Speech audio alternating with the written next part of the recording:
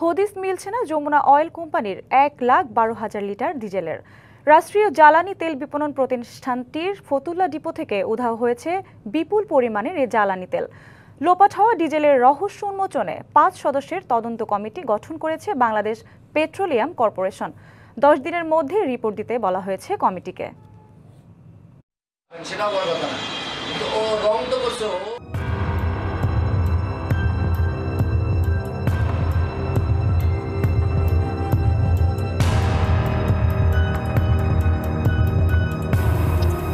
ঢাকা চট্টগ্রাম পাইপলাইনে জ্বালানি তেল সরবরাহ কার্যক্রম শুরুর পর গত 14 সেপ্টেম্বর চট্টগ্রাম টার্মিনাল থেকে ফতুল্লা ডিপোতে পাঠানোর জন্য পাম্প করা হয় 1,05,00,000 লিটার ডিজেল।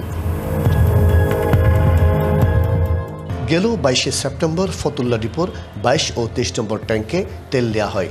22 নম্বর ট্যাঙ্কের ধারণ ক্ষমতা 69,59,069 লিটার, আর 23 নম্বর ট্যাঙ্কের ধারণ ক্ষমতা 50,47,977 লিটার।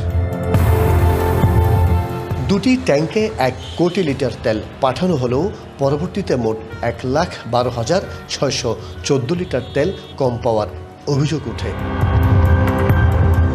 বিষয়টি নিয়ে ডিবিসি নিউজ অনুসন্ধানে গেলে জানানো হয়, ঊর্ধ্বতন কর্মকর্তাদের অনুমতি ছাড়া প্রবেশ করা যাবে না চট্টগ্রামে যমুনা অয়েল কোম্পানির প্রধান কার্যালয়ে। আমি বুঝি নির্মাণের শিল্প, সালাম স্টিল বোঝে ডিউরেবিলিটি। সালাম স্টিল, মোস্ট ডিউরেবল স্টিল। বিষয়টি নিয়ে কথা বলতেও নারাজ যমুনা অয়েলের ব্যবস্থাপনা পরিচালক মুস্তফা কুদরত-ই-ইলাহি।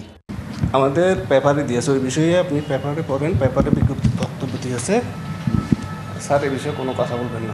ফতুল্লা ডিপো কেন্দ্রিক সংঘবদ্ধ একটি চক্রের বিরুদ্ধে কোটি টাকার তেল লোপাটের অভিযোগ আছে দীর্ঘদিন থেকেই। ডিজেল গাইবের ঘটনায় যমুনা অয়েল কোম্পানি ফতুল্লা ডিপোর ওই 2 ট্যাঙ্ক সিলগালা করা হয়েছে।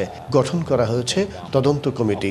2 অক্টোবরে আমরা কমিটি করেছি। কমিটি যাচাই বাছাই করে সম্পূর্ণ যমুনারও সেখানে ফিজিক্যালি উপস্থিত থেকে বিআরটিসি বা ওই ইয়েরও যদি কোনো সদস্যের প্রয়োজন হয়, যা যা করণীয় সর্বান্তকরণ আমরা সেটা করব। তেল চুরি ঠেকাতে পাইপলাইনে জ্বালানি তেল সরবরাহে লোকসান শূন্যের কোটায় নামিয়ে আনার কথা বলা হলো। এ ঘটনার পর প্রশ্ন উঠেছে পাইপলাইনে জ্বালানি তেল সরবরাহ কার্যক্রম নিয়ে। মাসুদুল হক, ডিবিসি নিউজ, চট্টগ্রাম।